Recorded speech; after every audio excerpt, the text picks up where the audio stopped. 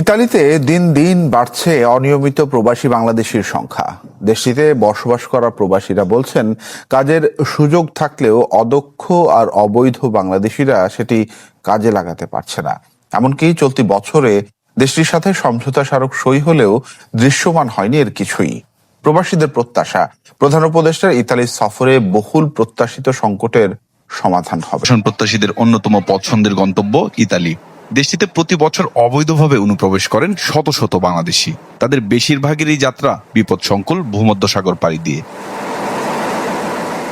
ইউরোপের এই দেশটিতে বর্তমানে বৈধ অবৈধ মিলিয়ে প্রায় ৩ লাখ বাংলাদেশির বসবাস। ইতালিতে বসবাস করা প্রবাসীরা বলছেন, যথেষ্ট কাজের সুযোগ থাকলেও বিপাকে আছেন অনেকেই।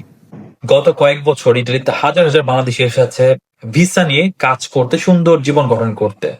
তাদের অনেকেই এখানে আসার পরে এখনো ডকুমেন্ট করতে পারেনি। অনেকের ভিসার ম্যাচ শেষ হয়ে গেছে, অনেকের ভিসার ম্যাচ শেষ হয়ে যাচ্ছে। এটার সমাধান যদি দ্রুত করা না হয়, তাহলে এই হাজার হাজার বাংলাদেশি অনেক বড় ধরনের একটা বিপদে পড়ে যাবে।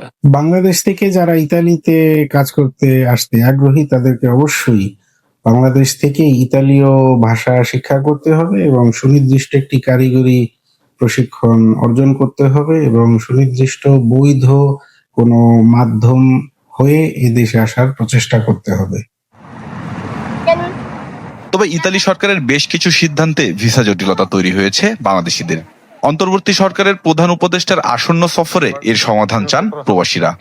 একজন বাংলাদেশি যদি বাংলাদেশ থেকে ভাষা জ্ঞান নিয়ে এবং দক্ষ শ্রমিক হয়ে আসতে পারে, এখানে কোনো কাজের কোনো অসুবিধা নেই এবং এইখানে সে এমনও হতে পারে সে দীর্ঘদিন থাকার সুযোগ এবং নাগরিকত্ব পাওয়ার সুযোগ লাভ করতে পারে।